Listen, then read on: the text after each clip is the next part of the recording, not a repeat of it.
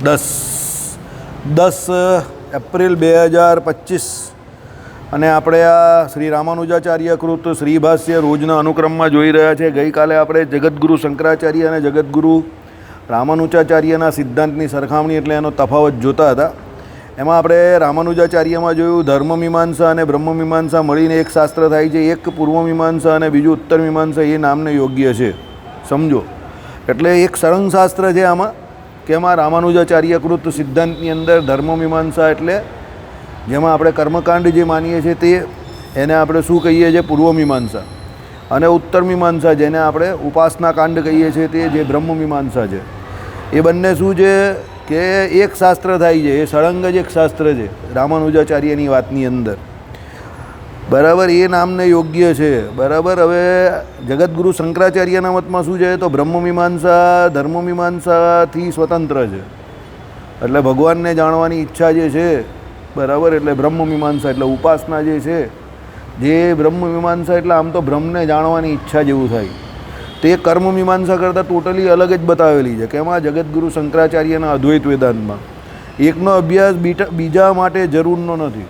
એટલે બંનેને સ્વતંત્ર એટલા માટે બતાવેલું છે કે તમને એકના અભ્યાસ થકી બીજું સમજાય કે એકના. ગઈકાલે આપણે છેલ્લે સત્સંગ જ્યારે આપણે લગભગ પૂર્ણ થવાના આરે હતો ત્યારે જોયું હતું કે ભાઈ સામાન્ય રીતે રામાનુજ વેદાંત પ્રમાણે એવું છે કે પેલો કર્મકાંડ રૂપી જે પૂર્વમીમાંસા જે છે એનાથી ધરાઈ જાય, કંટાળી જાય અને પછી આ લોકના સુખમાંથી એને વૈરાગ્ય થઈ જાય એટલે પછી ધીરે ધીરે બ્રહ્મમીમાંસા તરફ વળે. એટલે કર્મકાંડ જે છે, પૂર્વમીમાંસા જે છે તે બ્રહ્મમીમાંસાનો એક અંગ જ છે, સમજો. કેવી રીતે અંગ છે કે પેલો કર્મકાંડથી કંટાળીને જ એ બાજુ જાય છે. યજ્ઞ યાગાદિક કરે, આ બધું કેટલું બધું કરે, સ્વર્ગલોક સુધીના સુખ ભોગવવા માટે આ બધા દાન પુણ્ય બધું કરે, પછી એ સુખ ભોગવે, પછી પાછો નીચે આવે, પાછો કષ્ટ ભોગવે. એટલે આ સુખાભાસથી 14 લોકના બ્રહ્માંડના કે સ્વર્ગલોકના જે કોઈ 14 લોકના બ્રહ્માંડમાં જ એકચ્યુઅલી તો સ્વર્ગલોક પણ આવ્યું. એટલે એ સુખાભાસથી કંટાળે, એને વૈરાગ્ય થઈ કે આ હું મગજ મારી છે વારે વારે, બરાબર. છોડ બધી માયા, બરાબર. છોડ દે દુનિયા કે મજે, બેઠ એકાંત મેં, બરાબર. એમ કરીને બધી માયા છોડ, બધું સુખ બહુ ભોગવું. હવે ચાલો ભગવાનનું સુખ ભોગવીએ એમ કરીને ભગવાન તરફ જાય, સમજો. એટલે એ જે વાત જે છે તે આપણા રામાનુજ વેદાંતમાં એ પ્રમાણેની વાત છે. જગતગુરુ શંકરાચાર્ય ના પાડે છે, એમની થિયરી અલગ છે. એ શું કહે છે? ભાઈ એકનો અભ્યાસ બીજા માટે જરૂરી નથી. ધર્મમીમાંસામાં શ્રુતિઓનો અર્થ કરવા માટે જે સામાન્ય નિયમો બાંધ્યા છે એ જેમ ધર્મમીમાંસાની શ્રુતિઓ માટે ઉપયોગી છે તેમ બ્રહ્મમીમાંસાની શ્રુતિઓ માટે પણ ઉપયોગી થાય છે, એ જુદી વાત. એટલે એમણે શું કહ્યું એકચ્યુઅલી કે ધર્મમીમાંસામાં શ્રુતિઓના અર્થ કરવા માટે જે સામાન્ય નિયમો બાંધ્યા છે એ જેમ ધર્મમીમાંસાની શ્રુતિઓ માટે ઉપયોગી છે. એટલે એ શું કહી છે? ધર્મમીમાંસાની શ્રુતિઓ માટે એના નિયમ ઉપયોગી ને પેલા બ્રહ્મમીમાંસાની શ્રુતિઓ માટે એના નિયમ. એમ એ બંનેને કોઈ ઇન્ટરકનેક્શન નથી. આવું કોણ કહે છે? શંકરાચાર્ય કહે છે. હવે આગળ રામાનુજાચાર્યના સિદ્ધાંતની બીજી વાત. પેલામાં કનેક્શન છે રામાનુજાચાર્યમાં, આમાં કનેક્શન નથી શંકરાચાર્યના મત મુજબ. કનેક્શન એટલે તમે સમજો ને કે ભાઈ કર્મકાંડ અને એને કહીએ શ્રુતિઓમાં જે છે તે શ્રુતિઓને કોઈ લેવા દેવા નથી. એમ બંને પોતપોતાના હિસાબે ઇન્ડિવિજ્યુઅલી બરાબર છે. આવું કોણ કહે છે? શંકરાચાર્ય. રામાનુજાચાર્ય કહે કે ના ભાઈ, ધર્મ જે છે એ પછી જ એની એમ કે બ્રહ્મમીમાંસા જાગે છે. કેવી રીતે? કે ભાઈ એ કર્મકાંડ કરે એમાં એને સફળતા મળે એટલે એને એમ થાય કે ભાઈ શાસ્ત્રોમાં જે લખેલું જ તે બધું ખરું છે, તો જ મને આ સુખ મળ્યું ને. પછી એને ભલે વૈરાગ્ય થયો એના પ્રત્યે, પછી એને ઉપાસના કાંડની શ્રુતિઓ પ્રત્યે પણ એ પ્રમાણે એટલે કનેક્ટિવિટી એટલે કનેક્શન કરવાની, એટલે એનો વિશ્વાસ શ્રદ્ધા જાગે. કેમ કે ભાઈ પેલું કર્યું તો એ મળ્યું, તો આ કરું તો આ ન મળે, સમજો. એટલે બંને ઇન્ટરકનેક્ટેડ છે. આવું રામાનુજાચાર્યનું માનવાનું છે. જગતગુરુ શંકરાચાર્ય કે એવું બધું કંઈ છે નહીં. પેલાને ધર્મમીમાંસામાંથી ધર્મને લગતી એ શ્રુતિઓ કરે, બ્રહ્મમીમાંસામાંથી એની કરે. એટલે એ ઇન્ડિવિજ્યુઅલી બંને અલગ અલગ કહે છે. હવે આગળ હવે રામાનુજાચાર્ય શું કહે છે સાંભળો. કર્મની જ્ઞાનને અપેક્ષા છે એટલું જ નહીં, પણ કર્મ અને જ્ઞાન ઉભય મળી ભક્તિ ઉપજાવે છે. જ્ઞાન કર્મ સમુચ્ચયવાદ મારો ફેવરિટ.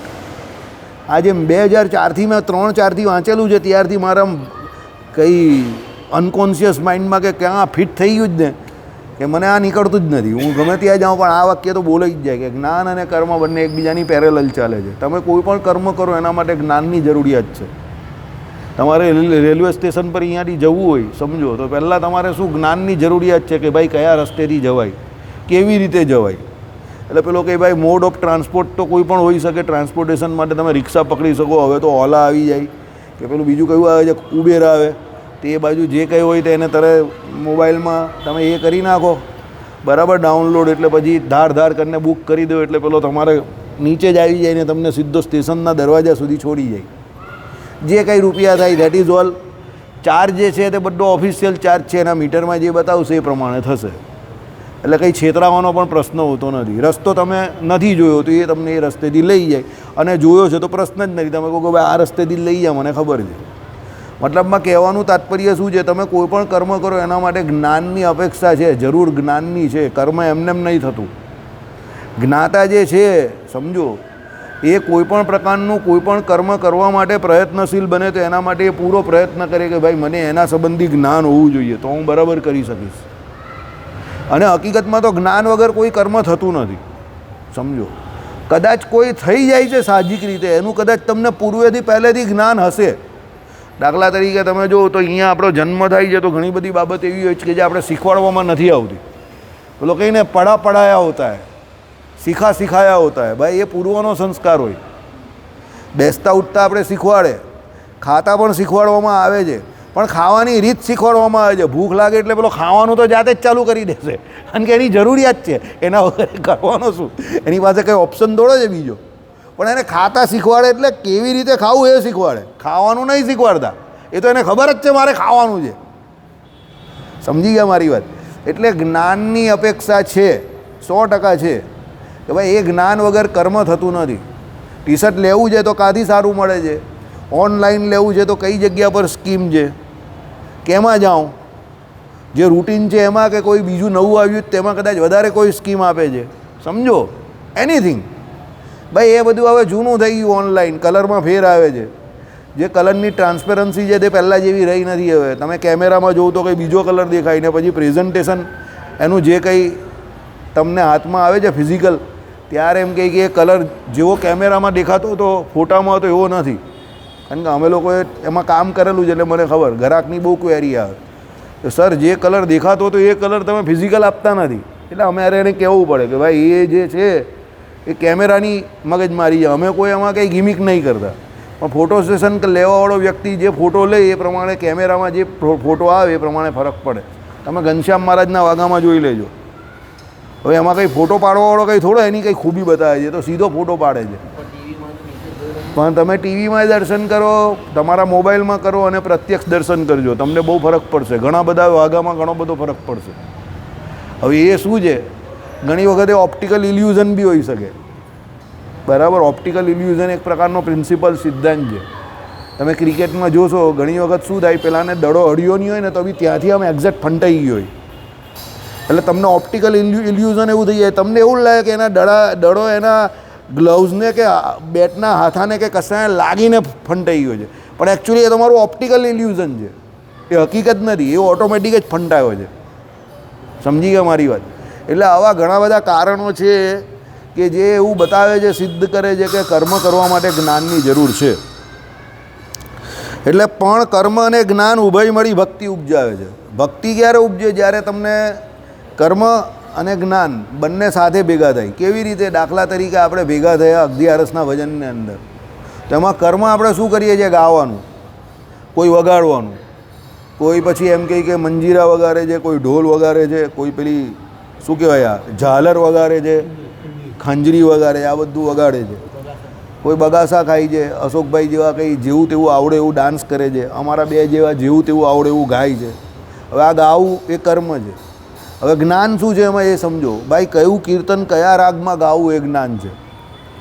બધા એક સરખા રાગમાં તો ગવાય નહીં, બધા રાગ આપણે આવડતા પણ નથી. એટલે કયા કીર્તનમાં કયા રાગ તમે સેટ કરી શકો. પછી અમારા જેવા થોડા ગાંડા માણસ હોય છે તે કહે કે ભાઈ નવું એક ગાતા જઈએ, તેમાં રાગ સેટ કરે. હવે રાગ સેટ થાય તો આખું પદે એ રાગમાં ગવાવું જોઈએ બાજુ. હવે એના માટે જ્ઞાન જરૂરી છે, સૂર તો જરૂરી છે જ.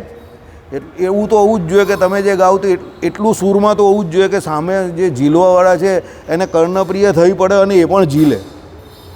નહીં તો એ બધા પબ્લિક ઓડિયન્સ ઊંઘી જાય. સમજો. 1 કલાક 1.5 કલાક પણ ભજન કરવું અને કરાવવું તો એના માટે તમારો સૂર હોવો તો જરૂરી છે જ. એમાં જે રાગ જે છે તે પણ તમારે ગાવું જરૂરી છે જ. વૈવિધ્યપણું પણ જરૂરી છે કે ભાઈ એક આ ગાય તો એક બીજો ગાય, એક ત્રીજો ગાય, એક ઊંચા અવાજમાં ગાય, એક નીચા અવાજમાં ગાય, આવું વૈવિધ્યપણું પણ હોવું જોઈએ તો 1 કલાક 1.5 કલાક ભજન થાય. હવે આ બધું શું છે? જ્ઞાન છે. ગાવું એ કર્મ છે, પણ એને કેવી રીતે ગાવું, કયા વાજિંત્રો વાગશે, કા ચલતી લેવી, કા છેલ્લે ઉપર, પહેલાં શરૂઆતમાં નીચેથી જવું, આ બધું જે કરવું એ જ્ઞાન છે. હવે એ બે ભેગા થાય એટલે આપણી શું થઈ ગયું? ભાઈ 11રસનું ભજન કર્યું. કરીએ આપણે શું છે? ગાઈએ ને વગાડીએ છીએ, પણ એ બંને ભેગા થાય એટલે શું થઈ ગયું? ભજન. ભજન એટલે શું થયું? ભક્તિ થઈ. એટલે ભક્તિમાં કર્મ અને જ્ઞાન બેવ આવી ગયા. બરાબર? એવું તમારા દરેક કર્મમાં છે. આમ તમે ટેકનિકલી જોવા જાઓ તો આમાં મણકા ફેરવો છો. વિજ્ઞાનની દ્રષ્ટિએ ટેકનિકલી જાઓ તો તમે શું કરો છો? મણકા ફેરવો છો ને, અને મોડેથી ભગવાનનું નામ દેવ છો. હવે આમ સાયન્સની દ્રષ્ટિએ જોવા જાઓ તો તમે કર્મ કરો છો જેનાથી તમારા અંગૂઠાની કસરત થાય છે અને મોઢાની કસરત થાય છે. પણ તમે એ કર્મ જે કરો છો એમાં પહેલાં જ્ઞાનની શું જરૂર છે કે ભાઈ તમે જે જપો છો તે ભગવાનનું નામ છે. એ તમને ખબર હોવી જોઈએ કે તમે જપો એ ભગવાનનું નામ છે અને એ જપવાથી તમને શું લાભ થાય છે. સમજી ગયા? એટલે તમે ભગવાનનું નામ જપો છો. હવે એ ભગવાનનું નામ જપો છો અને માળા ફેરવો છો. આ બંને જે થયું એ તમારી કર્મ અને એ તમારું જ્ઞાન, એ બંને એમાં કામમાં આવે છે. કેમ કે ભાઈ ભગવાનનું નામ જપવાથી બહુ મોટો લાભ થાય છે, એ તમને જ્ઞાન છે. અને એના માટે તમે એ કર્મ અને જ્ઞાન બંને ભેગા થયા એટલે તમે આ ક્રિયા કરો છો. તમારી શું થઈ ગઈ? ભક્તિ થઈ ગઈ. અહીંયા જે આપણે કહીએ છીએ કે ભાઈ આ સત્સંગ ચાલે છે, તો ચાલે છે તો શું છે કે એક ભાઈ વાંચે છે અને બીજા બધા સાંભળે છે. હવે જે વાંચે છે એને પણ જ્ઞાનની જરૂર છે કે ભાઈ એમાં શું આવે છે તે એને ખબર હોવી જોઈએ, સમજ પડવી જોઈએ. સમજો. ન પડે તો એમ કહે કે ભાઈ આપણે પછી જોઈને કહીશું. પેલું નીલાદેવીવાળું જોયું તો આજે સ્વામી બોલ્યા કે ભાઈ નીલાદેવી ભગવાનની એમ કહી કે એક અદ્ભુત શક્તિ જ છે પોતાની, અને એનું શક્તિ રૂપે વર્ણન કરેલું છે રામાનુજાચાર્યના શાસ્ત્રોમાં. એમ કે યામુનાચાર્યએ જ ખાસ કરીને કરેલું છે. અને અમુક જગ્યા પર એ નીલાદેવીને રાધિકાજી પણ એટલે રાધાજી પણ કહ્યા છે. અને બ્રહ્મ વૈવર્ત પુરાણમાં એ ભગવાન જોડે એના લગ્ન પણ બતાવેલા છે. હે? હા, એટલે ગંધર્વ વિવાહ એમના કરેલા બતાવેલા છે બ્રહ્મ વૈવર્ત પુરાણની અંદર. એટલે એને રાધિકાજી પણ કહ્યા છે અને ભગવાનની શક્તિ રૂપે પણ કહ્યા છે. હવે આપણે તે દિવસે નીલાદેવી નામ લખેલું હતું એટલે બહુ આઈડિયા ના આવ્યો, પણ નીલાદેવી એટલે રાધિકાજીનું જ નામ છે. હવે એ ખબર પડી તો આપણે એમ થયું કે ભાઈ રાધિકાજી તો ખબર જ છે આપણે કે ભાઈ એ પણ ભગવાનના, કારણ કે આપણે લખેલું જ હતું રાધિકાજી અને લક્ષ્મીજીએ સેવેલા, એટલે ખબર જ હતી. પણ ખાલી એક નામની જાણકારી ન હતી એટલે કન્ફ્યુઝન થયેલું. એટલે જાણકારી હોવી એટલે જ્ઞાન હોવું જરૂરી છે. જ્ઞાન હવે છે તો બીજું શું જરૂરી છે? સમજો. તો ભાઈ એ જ્ઞાન છે તો એની સાથે એને વાંચવાનું ને સમજવાનું, જે કંઈ કર્મ કરવું જરૂરી છે ને, તો સત્સંગ થાય છે ને.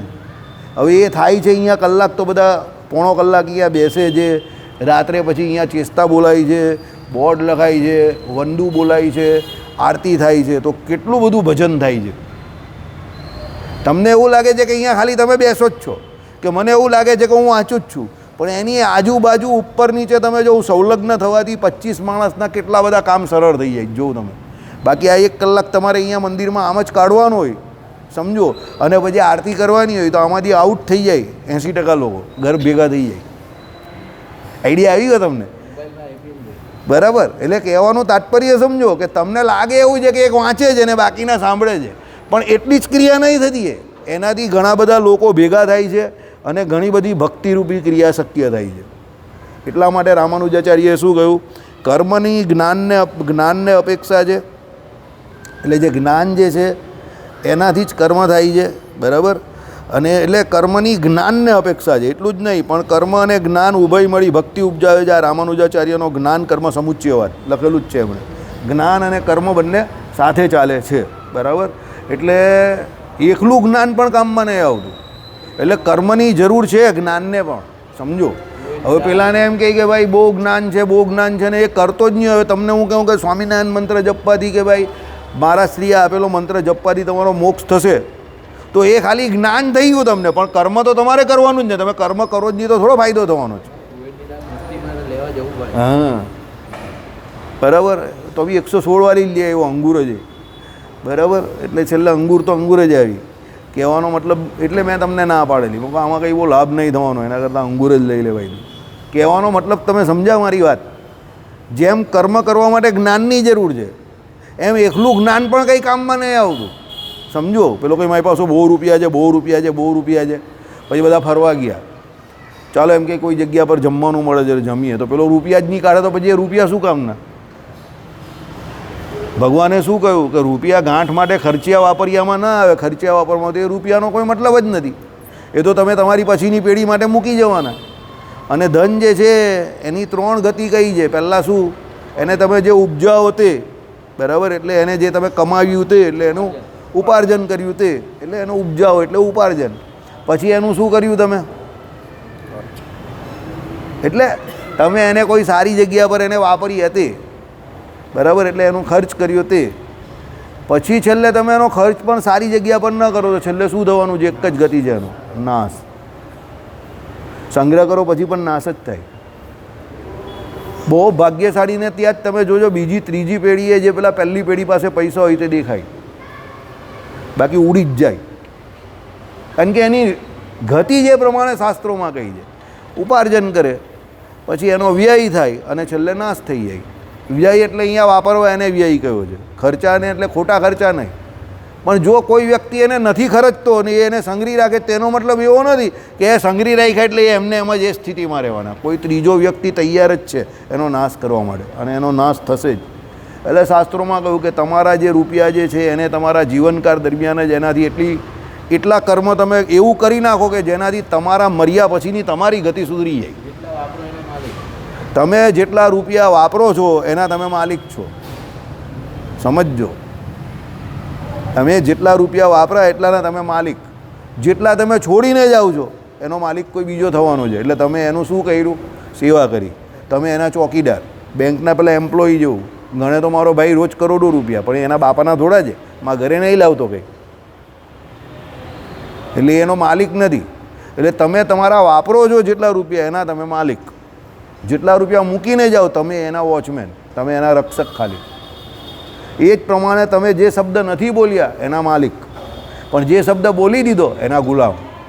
ગાળ બોલ્યો, ગાળ બોલ્યો, ગાળ બોલ્યો એમ કરે તરત લોકો કહેશે એ સ્વામિનારાયણીઓ ગાળ બોલ્યો. અરે ભાઈ, તમે લોકો આટલી બોલો તો ન ચાલે. તમે બોલો તો બધું ચાલે, પણ સ્વામિનારાયણીઓ બોલ્યો એટલે લોકો તરત કહેશે એ પેલો ચાલલાવાળો ગાળ બોલ્યો, ગાળ બોલ્યો, ગાળ બોલ્યો. ખબર જ તમને? કોઈ જગ્યા પર જોયું છે તમે? જોજો આવું થાય. ચાલલાવાળો સ્વામિનારાયણ ગાળ બોલે, આમ છે તેમ છે, હરિભગત થઈને એમ તરત બધા 50નું ટોળું ઊભું થઈ ગયા. સમજી ગયા? કેમ? તમે જે શબ્દ બોલ્યા એના ગુલામ થઈ ગયા. તમે ન બોલેલા શબ્દના માલિક છો તમે, બરાબર? ચાલો, એટલે જ્ઞાન જે છે તે બંને રીતે અને કર્મ જે છે તે બંને, એટલે બંને એકબીજાની સાથે ચાલે છે. આવો રામાનુજનો સિદ્ધાંત છે, સિદ્ધિ મહારાજનો પણ આ સિદ્ધાંત છે. હવે શંકરાચાર્યનો સિદ્ધાંત, કર્મની જ્ઞાનને અપેક્ષા નથી. ભાઈ, જ્ઞાનને કોઈ કર્મની અપેક્ષા નથી, આવું જગતગુરુ શંકરાચાર્ય માને છે. એટલું જ નહીં, પણ અંધારા અજવાળા જેટલો બેમાં ભેદ અને વિરોધ છે. એ તો કંઈ બંને એકબીજાથી આવું જુદા જ છે, અંધારા અને અજવાળા જેવા. રામાનુજાચાર્ય કે આપણે શું માનીએ? કર્મ અને જ્ઞાન બંને શું છે? એકબીજાને પેરેલલ જાય છે, એક સરખા છે, બંને એકબીજાની જરૂર છે. ત્યારે આ શું કહી છે? અજવાળા અને અંધારા જેટલો બંનેમાં ફરક છે, બરાબર? વર્ણાશ્રમ ધર્મનું અનુષ્ઠાન ચિત્તને શુદ્ધ કરી જ્ઞાન ઉપજાવવા માટે યોગ્ય કરે એ જુદી વાત. ભાઈ, તમે વર્ણાશ્રમના ધર્મનું પાલન કરો તો એ તમારું અંતઃકરણ જે છે એને શુદ્ધ કરે. સમજો, સાચી વાત છે. અમે પણ જોયું છે કે જેના ખોરાક બરાબર નહીં હોય, આહાર વિહાર જેના ઠેકાણે નહીં હોય, એ ગમે એટલો ભણવામાં હોશિયાર હોય કે ગમે એટલો આમ હોય, પણ એને તત્વજ્ઞાનમાં હું જ નહીં પડતી. અને જેના આહાર વિહાર યોગ્ય હોય, સમજો, અને એ બિચારો ઓછું પણ ભણેલો હોય અને એને ધગસ સારી હોય, પૂર્વનો કદાચ કોઈ સંસ્કૃત એટલે સુસંસ્કૃત જીવ હોય, કર્મ સારા હોય, તો એને તત્વજ્ઞાનમાં તરત સમજ પડી જાય. સમજો, બરાબર? એટલે વર્ણાશ્રમના ધર્મનું પાલન કરો છો એનાથી શું છે? તમારું અંતઃકરણ શુદ્ધ રહી છે. એટલે કોઈ આવીને એમ કે ભાઈ મને સત્સંગ યાદ નહીં રહેતો, તો સત્સંગ યાદ કેમ નહીં રહેતો? એના વર્ણાશ્રમના ધર્મ પાળવામાં ઉણપ છે એટલે નહીં યાદ રહેતો. સમજી ગયા? હવે આમાં શું હોય? ઘણી બધી બાબતમાં અમે લોકો પણ મજબૂર ને લાચાર છો. અહીંયા જેટલા તમે બેઠા જ ને એમાં સૌથી વધારે લાચાર ને મજબૂર કોઈ પ્રાણી હોય તો અહીંયા બેઠેલો હું પોતે. કેમ? સમજો, તમારી પાસે એ સ્વતંત્રતા છે કે તમારે કયો પ્રશ્ન પૂછવો, પણ મારી પાસે એ સ્વતંત્રતા નથી કે મારે એનો જવાબ તમને જે છે તે જ આપવો. તમે કે યાર એવું કેવું? હા એવું, એ વાત સાચી છે. તમને તો જે પ્રશ્ન થયો તે તમે પૂછી લીધું, કારણ કે તમારે તો જાણવાનું છે, પૂછી લીધું. પણ એનો જે જવાબ જે છે તે ઘણી વખત એવો હોય કે જે પૂછનાર હોય તે કે બીજાને દુઃખદાયક હોય, કષ્ટદાયક હોય, તો અમારે એને પછી રજૂઆત તોડી મરોડીને કરવો પડે, સારા શબ્દોમાં એનું વર્ણન કરવું પડે. જે જેવું છે એવું અમારાથી ન બોલાય. એ અમારી લાચારી છે, મજબૂરી છે. કેમ? અમે જેવું છે તેવું ને તેવું કહીએ કદાચ તો પેલાને ખોટું લાગી જાય, તો પેલો કદાચ કાલે આવતો બંધ થઈ જાય અહીંયા. તો અમને એ ચિંતા હોય કે આલું સત્સંગ આપણે એટલે ચલાવીએ કે લોકો અહીંયા આવે વધારે. આ તો પેલો હપૂચો આવતો હતો તે બંધ થઈ ગયો, એને ખોટું લાગી ગયું. હવે કહ્યું તો સાચું જ છે, પણ પેલાને ખોટું લાગી ગયું, એના અહંકારને ઠેસ પહોંચી. સમજો? એટલે અમારા માટે બહુ કપરી વાત છે આ. કેમ? અમને ખબર છે ઘણી બધી બાબતની, પણ અમે એને જણાવી નહીં શકીએ બધાને. સમજો? હવે દાખલા તરીકે હું અત્યારે 2026ની મંદીની ચર્ચા કરવાનો હતો બોર્ડ ઉપર. મને ઉદાહરણ સહિત બધા આમ એ યાદ છે કે ભાઈ મંદી આવે તો શું થાય, કયા લોકોને કયા માણસને એના જન્મ એના લાઈફમાં શું ફરક પડે. જેમ કોરોના કાળમાં લોકોને કેવો ફરક પડ્યો, ખાવા પીવા ઉઠવા બેસવા, મંદિર આવવા પર કેટલા લોકો બંધ થઈ જાય, કેટલા એ થાય. એમ મને બધા ઉદાહરણ સહિત બધું મારા મગજમાં હતું, આખું મારા મગજમાં હતું. હું બોર્ડ પર ચલાવવાનો વિચાર કરવાનો હતો, પણ પછી મને એકદમ થયું કે એટલી બધી માથાકૂટ કરીને મારે શું કામ છે, પડશે એવા દેખાયા કરશે, જ્યારે જે થવાનું છે તે થશે. એટલી બધી ચિંતા કરીને મારે કાં કામ છે? મારો એ કામ નથી, એટલે મારે એને સાઈડ પર મૂકો. એ તો જે થવાનું તે થવાનું જ છે. ડિસિઝન મેકર કંઈ હું થોડો છું, એમાં કોઈ વ્યક્તિ થોડો જવાબદાર છે. કાળે કરીને જે થવાનું હશે તે થશે, અને કદાચ ન થાય તો વેરી ગુડ. આપણે કાંઈ એવું ઈચ્છીએ જ કે એવું થાય જ. સમજો? બરાબર. પણ આપણે એવું કંઈ ઈચ્છતા નથી. પણ હવે આપણા ઈચ્છવાથી કે ન ઈચ્છવાથી થોડી કંઈ દુનિયા બદલાઈ જવાની છે. મારી વાત સમજ્યા તમે? બરાબર. પણ કહેવાનો મતલબ શું છે? તમે ઉદાહરણ સહિત જાણો છો કે આની આ અસર આ વ્યક્તિ પર આવી થશે જ, અને એવી થાય પણ છે, મેં જોયું છે. પણ પેલાને પહેલેથી તમે કહી ન શકો. નહીં તો પેલાને એવું થાય તો પેલો કંઈ પેલો એવું ઈચ્છતો હતો એટલે થયું. આઈડિયા એવો, દવા કોઈને ગરમ પડે છે તો આપણે એને કહીએ તને આ દવા ગરમ પડશે, નહીં લે, તો એને ન લેવાનું એવું કહેવામાં પણ જોખમ છે. પેલા કહે કે મને દવા લેવાની દીધી, એને આપવાની હતી ને એટલે. અરે ભાઈ તને ચાલે એવી નથી આ દવા, પણ તો પણ ના બોલાય. એટલે અહીંયા બેસનારાની બહુ મોટી લાચારી છે. સમજો તમે? બરાબર. ચાલો, તમને એમ કે તમને લાચારી છે, તમને લાચારી નથી, અમને લાચારી છે. સમજો? બરાબર. ઘણી બધી બાબતમાં ઘણું બધું એવું હોય કે અમે જાણતા હોય કે આવું જ હોય ને, એ આ પ્રમાણે જ કહેવાય, પણ પછી કહેવાય પછી બહુ તકલીફ થઈ જાય. કારણ કે એને સામે એક્સેપ્ટન્સ તો હોવો જોઈએ ને, એ સ્વીકાર્ય તો હોવું જોઈએ ને. ભલે એ સાચું છે, પણ એ સ્વીકાર્ય ન હોય તો સત્યમ બ્રિયાત અપ્રિયમ બ્રિયાત થોડું છે, પ્રિયમ બ્રિયાત હોવું જોઈએ ને. પણ હવે એ અપ્રિય હોય તો શું કરીએ? તો પછી અમારે એને આમ તેમ થોડા ઢકેલા, થોડા ખુલેલા એમ કરીને પછી ગોળ ગોળ વાત કરવી પડે. અમને પણ લાગે આ કાંઈ ખોટું છે, મને તો એવું ખાસ થાય. કારણ કે હું સામાન્ય રીતે એવી કોશિશ કરું કે કામમાં ટ્રાન્સપેરન્સી, પારદર્શકતા રાખવી. આ લોકમાં તો રાખવી, જેમ કયા આધ્યાત્મિક જગતમાં. કેમ? આમાં હવે તમે જો પારદર્શકતા ન રાખો તો તમે કોને છેતરો છો? તમારી જાતને છેતરો છો. ભગવાન તો કંઈ છેતરાવાના નથી, કોઈ ભગવાનને તો છેતરી નહીં શકવાનું. એટલે હું કોશિશ એવી કરું, પણ ઘણી વખત શું થાય છે, આવી જાય બેટા દીપકભાઈ, સૌથી મોટા શ્રોતાને આગળ બેસવા દો. એટલે કહેવાનું તાત્પર્ય સમજ્યા તમે? આ તકલીફ છે, બરાબર. પણ એ તકલીફ થઈ શકે છે, એ દરેકને થઈ શકે છે, એમાં આપણે કંઈ બાદ બાકી નહીં કરી શકતા. એટલે જગતગુરુ શંકરાચાર્યએ આ વાત કહી કે ભાઈ વર્ણાશ્રમના ધર્મ જે છે એ પાલન કરે તો એનું અંતઃકરણ જે છે એ શુદ્ધ થાય. 100% સાચી વાત છે. તમે તમારા વર્ણ પ્રમાણે અને આશ્રમ પ્રમાણે જે કંઈ ધર્મો કયા છે, શિક્ષાપત્રીમાં તો કયા જ છે, એનું પાલન કરીને જો. અરે સામાન્ય વાત છે, દ્વિજ ખાલી દ્વિજત્વ અંગીકાર કરીને ગાયત્રી મંત્રનો જપ કરે છે, એમાં એને કેટલો ફરક પડી જાય છે મને આ 3 મહિનામાં જાણવા મળ્યું. ચલો બોલો કે વોટ વોઝ મિસિંગ. બરાબર. હવે એકચ્યુઅલી આ કામ બહુ જલ્દી કરવાનું હતું, પણ આપણે બહુ લેટ કર્યું. 51 વર્ષે મેં તો કર્યું. હવે આપણે એમ થાય કે 51 વર્ષે તો 51 વર્ષે બુદ્ધિ તો જાગી તો કર્યું. પણ હવે જો કર્યું ન કરેલું એ પહેલાં તો કંઈ નહીં હતું, બધું બરાબર જ લાગતું હતું, લાઈફ ચાલતી જ હતી ને, કાંઈ અટકી ગયેલી.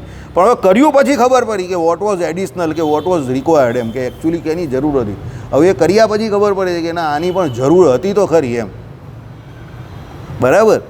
હવે એ દ્વિજત્વ એક સામાન્ય બાબત છે. આમ તો કંઈ મને તો એટલી બધી કંઈ બહુ મોટી બાબત મારી ઉંમરમાં બહુ સામાન્ય છે. આ નાનો હોય ને પછી એને વેદ ભણવા જવાનું હોય તો કમ્પલસરી એણે એની ઉંમરમાં કરવું જ પડે. હવે મારે તો કંઈ વેદ ભણવા જવાનું છે, હવે તો એ ઉંમર પણ નહીં રહી કે હું જાઉં કદાચ, સમજો. પણ તો પણ મને એવું લાગે છે કે ના, એ કરવાથી બહુ મોટો લાભ થયો. જો 50-51 વર્ષે પણ મને એવું લાગતું હોય તો મને એવું થયું કે 8, 12 ને 16 એ ઉંમરમાં જેણે જે લેવાના જે પ્રમાણે લઈ લીધા હોય, બ્રાહ્મણ, ક્ષત્રિય અને વૈશ્ય, તો બહુ મોટો ફેર પડી જાય. એના જીવનમાં બહુ મોટો ફેર પડે. જો એને પાળવો હોય તો બહુ મોટો ફેર પડે, મને એવું લાગે છે. સામાન્ય બાબત છે પણ બહુ મોટો ફેર પડે. બીજી વાત કે તમે જે કંઈ તમારા કે અમે જે પણ કોઈ, તમે એટલે એકલા તમે નહીં, આપણે આપણા જે કોઈ જનરેશનને જે કંઈ આ બધું અત્યારનું ભણાવીએ છીએ, સમજો. હવે એને કેવું ભણતર કહીએ, કોમર્શિયલ જે કંઈ જે સ્ટડી જે છે આપણું, આ બધું 1 થી 10 ધોરણનું કે પછી કોલેજનું જે કંઈ, એના કરતાં જો આપણે આપણા છોકરાઓને આપણી જે પરંપરા પ્રમાણે ભણાવ્યું હોય તો મને લાગે કે દેશની દશા આખી બીજા પ્રકારની જ થઈ જાય. આપણે ત્યાં લોકો ચરિત્રને માનનારા થઈ જાય. તમારે લોકો કુમાર્ગે જાય નહીં એના માટે એડવર્ટાઇઝ કરવાની જરૂર નહીં પડે. લોકો એની જાતે જવાબદારીથી જ ન જાય. દારૂબંધીના બેનર લાગતા બંધ થઈ જાય. દારૂ વેચવાવાળાને તકલીફ પડે. જેમ અત્યારે દારૂ વેચવાવાળાને કોઈ તકલીફ નથી, દારૂ પીવો વેચવાવાળાને તો એડવર્ટાઇઝની પણ જરૂર નથી, લોકો ત્યાં પહોંચી જ જાય છે. દૂધની એડવર્ટાઇઝ આવે, દારૂની એડવર્ટાઇઝ કોઈ દિવસ જોઈ જ તમે? ટીવી પર આવે, બાકી આમ કોઈ જોઈ છે બહાર? કેમ નહીં? ત્યાં માણસ પહોંચી જ જાય છે, સમજો. પણ જો કોઈ વ્યક્તિ આપણું ભણતર જે છે એમાં પાયાના સિદ્ધાંતોમાં જ આ લોકો જે ગીતા જ્ઞાનને આ બધું આપવાનું કહે છે એ પ્રમાણે શાસ્ત્રનું જ્ઞાન આપવા માંડે, તો છોકરો મોટો થાય ને સમજરો થાય ત્યાં સુધીમાં એ સનાતન સંસ્કૃતિ દ્વારા કેટલું બધું એવું શીખી જાય કે જે એણે નથી કરવાનું. હવે એ બધીથી બચે એટલે એનું અંતઃકરણ તો શુદ્ધ રહેવાનું ને, સમજો. તો એને બ્રહ્મ જ્ઞાનની પ્રાપ્તિ કરવા માટે અંતઃકરણ પહેલેથી શુદ્ધ છે, એટલે પ્લેટફોર્મ તૈયાર છે. આ તો શું થઈ ગયું કે અંતઃકરણ તો બધાનું ભ્રષ્ટ જ છે પહેલાં, તો પછી પ્લેટફોર્મ જ નહીં બન્યું, તો પછી એને બ્રહ્મ જ્ઞાન કેવી રીતે થવાનું? આઈડિયા આવી ગયો હું જે કહેવા માગું છું. પહેલાં શું હતું, 90% લોકોનું અંતઃકરણ શુદ્ધ હતું, કારણ કે પશુપાલન વૃત્તિ હતી, આપણે ત્યાં ખેતી વૃત્તિ હતી. આ લોકો જે હતા તે ખેતરમાંથી જે હતું તે જ ખાતા હતા, બધું શુદ્ધ ખાતા હતા, ચોખ્ખું ઘી ખાતા હતા. અત્યારે પૈસા આપીને પણ ચોખ્ખું કાં મળે જ તમને ને મને, સમજી ગયા? એટલે દ્વિજત્વ અંગીકાર કર્યા પછી બહુ મોટા લાભ છે, સમજો. મને અત્યારે એવો વિચાર આવી જાય ને કે પાછી કોઈ કોલેજ બોલેજ જોઈન કરી નાખું, સ્ટુડન્ટ બંને ચાલ્યો જાઉં શાંતિથી, રિટાયરમેન્ટની એજ સુધીમાં હું પાછો શાસ્ત્રી બાસ્ત્રી થઈ જાઉં અને પછી વેદાંતાચાર્ય પણ થઈ જાઉં. અને પ્રયત્ન કરવો તો પૂરો જ કરવો, ગોલ્ડ મેડલ મળે એવો જ પ્રયત્ન કરવાનો, ઢીલું નહીં કે પાસ થવા માટેનો પ્રયત્ન પૂરો જ કરવાનો, જોરમાં જ પ્રયત્ન એકદમ, સમજો. મને એવો વિચાર આવી ગયેલા, જેવું મેં લીધેલું ત્યારે જ આવી ગયેલો કે I should join some university. પણ પછી પેલા જગતગુરુ શંકરાચાર્યનું વાક્ય યાદ આવી ગયું, નહીં નહીં રક્ષસી ડુકરાઈ કરણીવાળું, ભજ ગોવિંદમ ભજ ગોવિંદમ ભજ ગોવિંદમ મૂળ માટે માનવ. મેં કહું હવે આ ઉંમરે આ બધું કરવું બહુ બરાબર નથી, એના કરતાં ભજનમાં ધ્યાન આપો, બરાબર. પછી બધું માનપાનમાં પડી જવાય, ખોટું. બાકી પોસિબિલિટી હજુ પણ છે, એવું અશક્ય જેવું તો કંઈ છે નહીં. એમાં કાં અશક્ય છે? શું અશક્ય છે? અને એમાં આવવાનું ને શું આવવાનું? આ જ આવવાનું જ ને, બીજું તો શું આવવાનું? એક્સ્ટ્રા એફર્ટ્સ એક ખાલી સંસ્કૃત શીખવા માટે લગાવવા પડે, થોડી ગોખણ પટ્ટી કરવી પડે. હા, એ તો તમે કંઈ પણ શીખી શકો છો, સમજો, બરાબર છે. પછી મને એમ થયું કે ના, પછી એ બાજુ ચાલ્યા જઈશું ને તો આ બાજુનું રહી જશે ભજન. એટલે મેં કહું કે ના, જગતગુરુ શંકરાચાર્યની એ વાત સાચી છે કે પછી આંખ અંદર ચાલી ગયેલી હોય ને આ બધા લબડી ગયેલા હોય ત્યારે પછી એમ કે ભણવાની વાત કરે એના કરતાં ભજ ગોવિંદમ ભજવાનું ભગવાનનું ભજન કરો. તત્વજ્ઞાન જે છે મેં કોઈ સભામાં ચાલે તો છે જ ને, આપણે કાં રહી ગયા છે, બરાબર. એટલે વર્ણાશ્રમના ધર્મથી એ શું કહે છે કે ભાઈ તમારું ચિત્ત જે છે તે શુદ્ધ થાય એટલે જ્ઞાન આપે, એ વાત સાચી. બાકી જ્ઞાન ઉપજવાનું તે આ શ્રુતિ વાક્યોનું શ્રવણ મનન અને નિધિધ્યાસન કરવાથી જ થાય છે. વર્ણાશ્રમના ધર્મ પાળીએ એટલે એ કંઈ તમને કંઈ અંતઃકરણ શુદ્ધ થયું, તો અંતઃકરણ શુદ્ધ થયું ભાઈ કરવાનું શું છે? તો શ્રુતિ વાક્ય જે છે એનું શ્રવણ મનન ને નિધિધ્યાસ. વેદો જે છે એમાં શ્રુતિઓ જે આવે છે એનું તમારે પહેલાં શ્રવણ કરવાનું, પછી એનું મનન કરો, પછી એનું નિધિધ્યાસ કરો. એટલે નિધિધ્યાસ કરો એટલે તમને સાક્ષાત્કાર થવાનો જ છે, સમજો. પણ વર્ણાશ્રમના ધર્મ જે પાળે છે ને આ કરે છે એને ફટાફટ થઈ જાય, જે નથી પાળતો એને તકલીફ. એને થોડોક સમય પકડે એમ. થાય તો ખરું એને પણ, એવું કે નહીં થવાનું. શ્રવણ મનન નિધિધ્યાસ સાક્ષાત્કાર તો થવાનો જ, એ નેચરલ પ્રોસેસ છે. દાખલા તરીકે કોઈ વ્યક્તિ વર્ણાશ્રમનો ધર્મ નહીં પાડતો અને એ કોઈ વાક્યનું કે કોઈ ચોપડીનું શ્રવણ કરે છે તો એને કંઈ યાદ નહીં રહે એવું થોડું બનવાનું છે. યાદ તો રહે જ, પણ એનું અંતઃકરણ ભ્રષ્ટ છે એટલે એને થોડો સમય પકડશે. પેલાનું અંતઃકરણ સ્થિર છે એટલે એને સમય ઓછો પકડશે. સમજી ગયા મારી વાત? એટલે જગતગુરુ શંકરાચાર્યનું શું કહેવું છે કે ભાઈ કર્મ અને જ્ઞાન બંને જુદી જુદી જ વસ્તુ છે. તમારે જ્ઞાન મેળવવું હોય તો શ્રુતિ વાક્યનું શ્રવણ મનન નિધિધ્યાસ કરો એટલે સાક્ષાત્કાર થવાનો જ છે. વાત પૂરી થઈ ગઈ. એને કંઈ લેવા દેવા નથી બીજી આજુબાજુની વાત જોડે. આવું જગતગુરુ શંકરાચાર્યનું માનવું છે. પણ રામાનુજાચાર્યનું શું માનવું છે કે ભાઈ તમારું જે કોઈ એમ કહી કે કર્મની અપેક્ષા જ્ઞાનને છે, એટલે કર્મને એમ કહી કે સોરી કર્મની જ્ઞાનને અપેક્ષા છે, જ્ઞાનને અપેક્ષા છે. એટલે જ્ઞાન એકલું છે એમ કરીને બેસી રહ્યા તો કંઈ કામમાં નહીં આવવાનું. એ પેલા પારધી જેવું થઈ જાય, ખબર ને? પારધીવાળી વાર્તા હતી તે. પક્ષીઓ હતા, એ પક્ષીઓ બધા બેઠેલા હતા અને પારધી આવવાનો હતો, એનો સમય થઈ ગયો. એટલે પેલો એક સારો માણસ હતો તે કહી ગયો, જો તમે બધા ભેગા મળીને એમ કહી કે સાથે એમ કહી કે લણજો, હું આ ચણા નાખી જાઉં છું, તમારે સાથે ખાવાના છે. એ ચણા એટલી એક જગ્યા પર નાખું છું કે તમે બધા એક જગ્યા પર ભેગા થઈ જાઓ. ભેગા થાવ પછી પારધી આવશે, એ પછી તમારી ઉપર જાન નાખશે. એ જાન નાખશે એટલે તમારે બધાએ શાંતિથી એક સાથે 1 2 3 એમ એકબીજાની સામે બોલવાનું છે અને ઉડી જવાનું છે. એટલે ઝાડ તમે લઈને ઉડી જશો. બરાબર? એટલે પક્ષીઓએ શું કર્યું? બરાબર. હવે એ જ પ્રમાણે થઈ ઘટના ઘટી. શું થયો? પારધી આવ્યો, એણે ઝાડ નાખી. પેલા બધા બોલ્યા કે જો આપણે બધાએ ઝાડ નાખી છે તો હવે 1 2 3 એમ કરીને ઉડી જવાનું છે. એમ કરીને બોલ્યા, ઉડી જવાનું છે. પણ ઉડ્યા નહીં, ખાલી બોલ્યા. એટલે બધા એક સાથે આ ઝાડમાં ફસાઈ ગયા. સમજી ગયા મારી વાત? હવે સમજો, એને જ્ઞાન તો પેલો આપી ગયેલો ને, પણ એને કર્મ કર્યું નહીં એટલે એ બચ્યા, મરી ગયા. એટલે પછી તમે જ્ઞાનની બહુ મોટી મોટી વાત કરો કે ભાઈ આ મોડે છે, પેલું મોડે છે, આ આવડે છે, પેલું મોડે છે, આ સ્તોત્ર મોડે છે, પેલો મંત્ર મોડે છે, પેલામાં આમ લખેલું છે ખબર છે, આમાં આ લખેલું જ ખબર છે. તાત્કાલિક પ્રમાણ આપી દઉં બધા. સમજો, એક વડતાલના શાસ્ત્રી હતા એવા, તો મને મળ્યા તો મને કહી કે તમે કોની પાસે જ્ઞાન લીધું? મેં કહું સન્માનનીય શ્રી કેશવ પ્રસાદ દાસજી પાસે. એટલે ભાઈનું મોડું જરા આમ થઈ ગયું, આમ હતું. મેં કહું કંઈ તમે કંઈ ખાવામાં અપચો થઈ ગયો છે? ના ના, એમ કે એવું કંઈ અપચો નથી, મારું જરા બોલવાનું એવું ખરું જ છે, ગોળી તો મારી જ દેવાની કોઈને પણ. મને થયું કે આને નામ જરા પચ્યું નહીં એટલે મેં એમ કીધું ખાવામાં અપચો થયો. મને ખબર આને નામ નહીં પચ્યું જે મેં કહ્યું નહીં.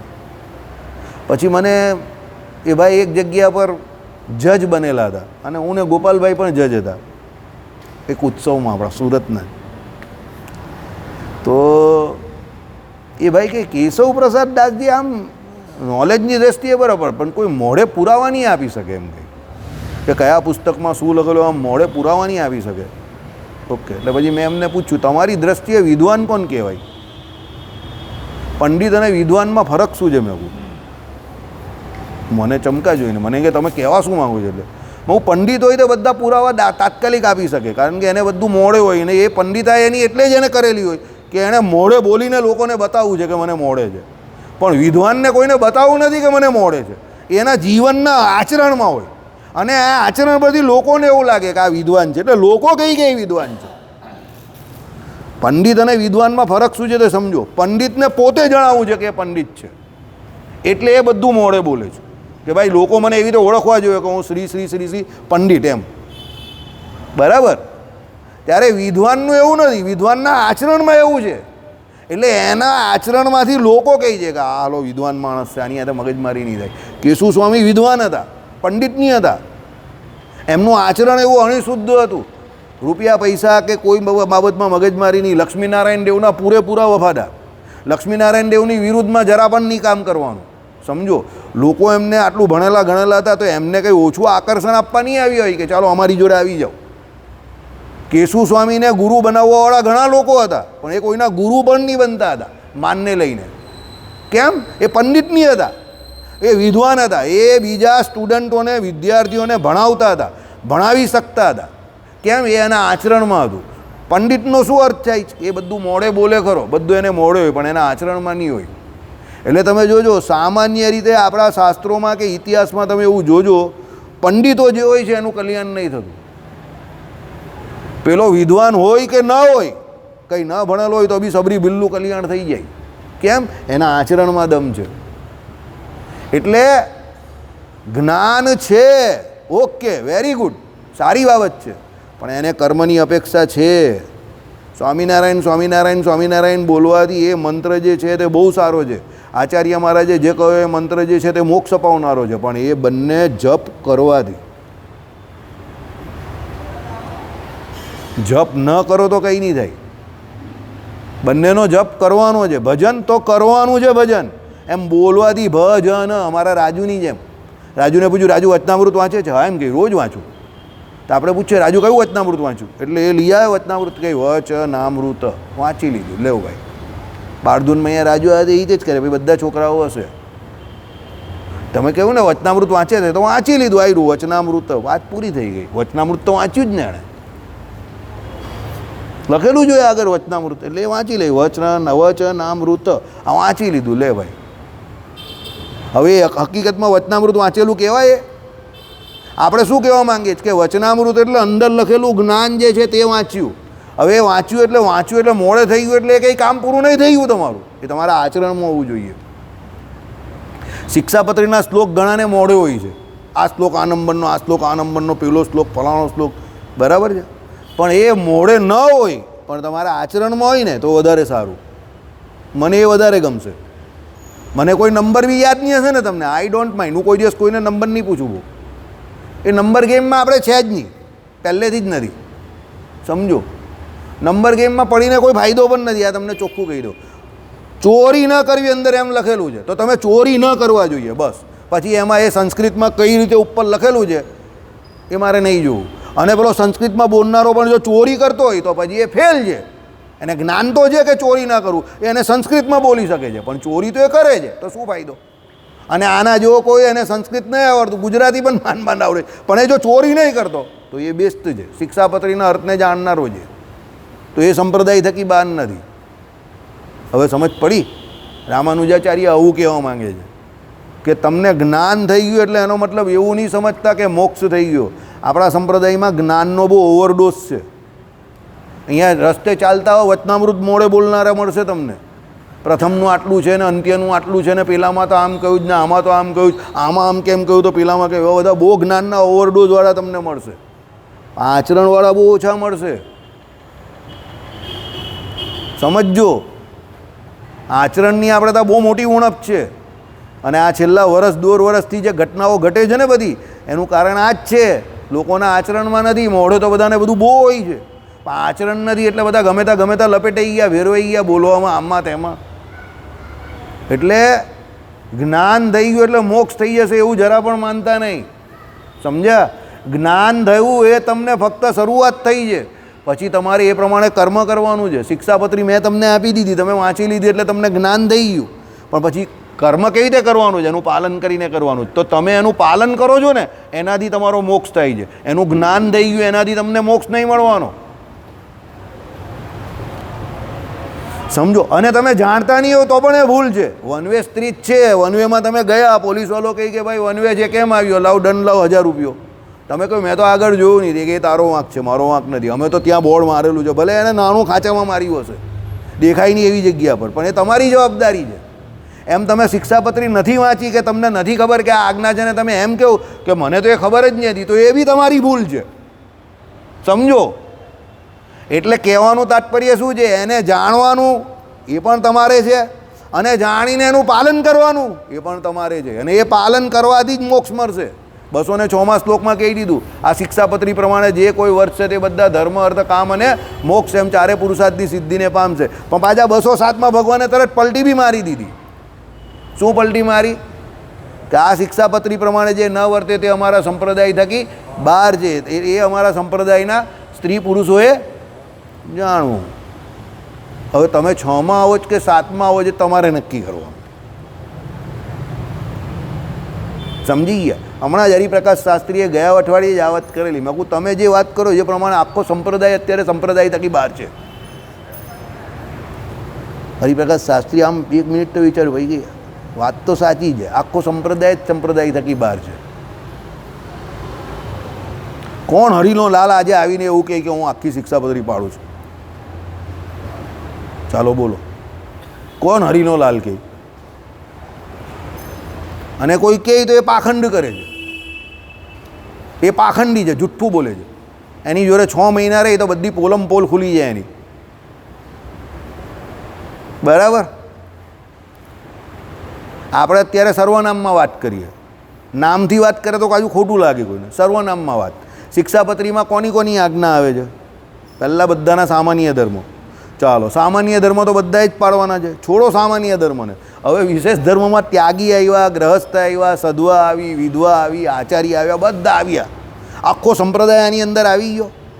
કોણ એવો હરિનો લાલ છે કે જે એવું કહે બધા પદના બધા વ્યક્તિઓ કે હું આખી 212ની શિક્ષાપત્રી પાડું છું? સામાન્ય અને વિશેષ બંને ધર્મો. હું જે કહું તે બરાબર સમજજો. Don't jump in to the question. સામાન્ય ધર્મ તો બધાએ પાડવાના છે, હિંસા ન કરવીને આ તે જે સામાન્ય છે તે સમજો. અને વિશેષ ધર્મ પણ તમારા વર્ણ અને આશ્રમ પ્રમાણે તમારા કોઈને કોઈ તો લાગતા જ હોય ને. ગ્રહસ્થ હોય તો ગ્રહસ્થ, ત્યાગી હોય તો ત્યાગી, અનાથાશ્રમી હોય તો અનાથાશ્રમી, આચાર્ય હોય તો આચાર્ય, સધવા હોય તો સધવા. તો એ વિશેષ ધર્મ અને સામાન્ય ધર્મ એમ બંને મળીને જેની જેટલી આજ્ઞા થતી હોય એ બધી પાડતો એવો કેટલા વ્યક્તિ હશે આખા સંપ્રદાયમાં? ચલો બોલો, ત્યાગી ગૃહી બધામાં. બરાબર? એટલે આખો સંપ્રદાય અત્યારે શું છે? સંપ્રદાય થકી બહાર છે. હવે તમારી આ સાયલન્સ જે છે ને અહીંયા સમજો, તમે જે આ શાંતિની બહાર છે એમ બોલ્યા ને, જે ની સંભળાવી છે બહાર છે, અમુક તો બોલતા જ નથી. આમ મારાથી આંખ ચોરાવે આમ કરીને. અરે મારાથી હું આંખ ચોરાવો છો? કંઈ તમે મારા તો કંઈ હું કોઈ થોડો તમને સર્ટિફિકેટ આપનારો છો? મારાથી આંખ ચોરાવે ઘણા લોકો આમ. તો મારાથી આ હું થોડો કંઈ તમને કંઈ કલ્યાણનો દાતા કંઈ હું કે કોઈ વ્યક્તિ થોડો છે? સમજો, મારાથી હું આંખ ચોરાવાની ભાઈ. તમે જેટલા છો ગુનેગાર એટલો હું ગુનેગાર છું. આ તો બધા એક જ વાહનમાં બેઠેલા જ, આપણે કંઈ બીજા વાહનમાં થોડો બેઠેલો છું, પણ તમારી જેમ જ વાહનમાં બેઠેલો છું. હા, પણ એક વાત અલગ છે કે મા બાપાએ થોડીક નાગાઈ મને ભેટમાં આપેલી છે એટલે હું ચોખ્ખું કહી દઉં છું. તમે લોકો નહીં કહી શકતા, હું માઇકમાં કહી શકું છું. આ બાબતમાં પાછું હું સ્વતંત્ર છું. તમે બિચારા થોડાક હજુ સારું લગાડવા માટે નથી બોલતા. સમજો, હું ઘરે જઈને મારી બાને એવું કહી શકું છું કે ભાઈ આ મારા બાપાની બૈરી છે કે ઘરવાળી છે. તમે નહીં કહી શકતા, તમે કહો કે બા છે, પણ ફરક હું પડ્યો એનાથી. બા છે કે બાપાની ઘરવાળી છે, વ્યક્તિ તો એક જ છે ને. તમે થોડુંક સારી રીતે બોલો છો એવી વાત છે આ. ભાઈ હું કહું છું કે ભાઈ નહીં પડાતી, તમે એવું નહીં કહી શકતા. સમજી ગયા? એટલે એકલું જ્ઞાન હોવું મોક્ષ માટે જોખમી છે. યાદ રાખજો, મોક્ષ નહીં થતો એકલા જ્ઞાનથી. સમજજો, આચરણથી મોક્ષ થાય છે. એટલે જ્ઞાન જોડે કર્મની જરૂર છે, પૂરેપૂરી જરૂર છે. એટલે એવું જ્ઞાન આવી ગયું કે ભાઈ ભજન કરવાનું છે, ભજન કરવાનું છે. તો પેલા પારધીઓના પક્ષી જેવું યાદ રાખજો. બધાને તમે આખા ગામને કહેશો હે જો ભજન નહીં કરશો તો કલ્યાણ નહીં થશે, જો આમ નહીં કરશે. ભાઈ તું કરે છે, પહેલાં તારું જો ને, તું ભજન કર, તું આજ્ઞા પાડ, પછી તું આખા ગામને સલાહ આપજે. સમજી ગયા? જય પ્રાજી. એટલે કોઈ બીજાનું જોવામાં કંઈ ફાયદો નથી. આપણે આપણું જ જોવાનું. આમ નીચી મૂંડી કરીને આપણે આપણું કામ કરતા જ રહેવાનું. બરાબર? પરીક્ષામાં એ વિદ્યાર્થીને જ વધારે માર્ક આવે જે પૂછે વધારે, વાંચે વધારે અને લવારા ઓછા કરે. પછી એટલે રિઝલ્ટ હોય બધા કે આના વધારે માર્ક ક્યાંથી આવી ગયા? અરે ભાઈ એનું કામ જ એ હતું, એ પહેલે દિવસથી પરીક્ષા માટે જ તૈયારી કરતો હતો. એમ અક્ષરધામમાં પણ જાય એ જલ્દી, જવાના તો બધા છે વહેલા મોડા, પણ જશે કોણ જલ્દી? કે જેનું આચરણ સારું છે. બાકી જ્ઞાનની આપણા સંપ્રદાયમાં કોઈ ઉણપ નથી. જ્ઞાનના નામ પર અજ્ઞાન બી બહુ વેચાઈ છે. આપણે ત્યાં દુકાનો બધી ખુલેલી જ છે અજ્ઞાનની પણ, બહુ મોટી મોટી. બરાબર? એટલે આ થોડીક આપણે ત્યાં વિશેષ જાણવા જેવી બાબત છે કે એકલું જ્ઞાન જ્ઞાન કરીને બેસી ન રહેતા. કર્મ કરજો. કર્મ એટલે શું? ભક્તિ. ભક્તિ બહુ જરૂરી છે. ભગવાને શું કહ્યું? ભક્તિ જેવું કલ્યાણકારી બીજું કશું નથી. ભક્તિ 100% કરવાની. ને ભક્તિ કરવા માટે આપણે મંદિરે આવીએ છીએ, સત્સંગ કરવા માટે આપણે મંદિરે આવીએ છીએ. બીજી બધી માથાકૂટ મૂકી દેવાની. ને હું તમને એક વાત હજુ પણ કહું છું, તમને જેટલી દુનિયાની કે આજુબાજુની જાણકારી ઓછી એટલું સમજજો કે તમારું ભજન વધારે થશે. આ ભજનનું પેરામીટર છે. તમને જેટલી દુનિયાની પંચાયત વધારે કે મંદિરમાં આ થયું કે પેલું થયું કે આ જવાનું ને આ આવવાનું, આ પંચાયત વધારે એટલું તમારું ભજન બગડશે, ઓછું થાય છે. યાદ રાખજો. જે ભજન કરતો હોય એને એ બધી ચિંતા જ નહીં હોય, કોણ આવે છે કોણ જાય છે એને એ બધી પડેલી નહીં હોય. એના નિયમમાં મસરૂફ છે, મારે આટલું કરવાનું છે. પેલા ચેક્સવાળા ભગત હમણાં ગયા, જોયા તમે? ચેક્સવાળો શર્ટ પહેરીને એક ભગત આવે છે, અમિતની જોડે બધી સેવા કરે છે. તમે એ માણસને વાત કરતા જ નહીં જોયા હોય, જાઓ માન કશે વાત કરતા હશે, પણ એ આવે કે જાય ત્યાં સુધી એનું કામ જ કરતો હશે, પહેલેથી છેલ્લે સુધી. એ સવારે પણ આવે છે, એ એના ટાર્ગેટ લઈને જ આવે છે. અહીંયા પહેલાં સાંજે નહીં આવતા હતા એ ભાઈ, હવે સાંજે આવતા થયા છે. એ કાયમ કોઈને કોઈ નિયમમાં જ હોય, અમિતની જેમ, અને એનું કામ કરે અને નીકળી જ જાય. આટલું જ હશે, ચાલી જ જાય. એ એના ટાર્ગેટ પર જ હોય. હું જોઉં છું કે આ પ્રોફેશનલ માણસ છે, એનું કામ કરવા જ આવે. તમે એને કોઈની જોડે વાત કરતા જ નહીં જોયો હોય. કાં પ્રદક્ષિણા કરે, કાં પોતું મારતા હોય, કાં અહીંયાથી પેલી ડોલ લઈ જતા હોય, કાં એને જપ ચાલુ હોય એના, કાં દર્શન કરતો હોય. તમે એને વાત કરતા નહીં જોયો હોય. સમજો કેમ? એ એનું કામ કરવા જ આવે છે અહીંયા. આ માણસ બરાબર છે, એવા માણસનું જ કલ્યાણ થાય. બરાબર? તમે અહીંયા જે કરવા આવો જ એ જ કરો. બીજું બધું તો આખા ગામમાં આપણે જે કરવાનું તો કરીએ જ છે, પણ અહીંયા જે કરવા આવે એ જ કરો. એનો એ એપ્રોચ મને બહુ ગમે છે. એ સવારે પણ આવે છે, મને એક ભાઈએ કહ્યું ને, સવારે પણ એની એવી જ ઇમ્પ્રેશન છે કે ભજન બહુ સારું કરે છે. બીજી લપ્પન છપ્પન નહીં કરે ને, કેમ છે? અરે અહીંયા તો તમે પ્રસાદ આપો એમાં બી લોકો પૂછે કે આ કેમ આપો છો? અરે ભાઈ પ્રસાદ જ આપેલો જ ને, ખાઈ જાય નહીં કે ઝેર થોડો આપું જ તને. બરાબર? ચાલો. શ્રીપતિમ શ્રીધરમ સર્વદેવેશ્વરમ ભક્તિધર્મ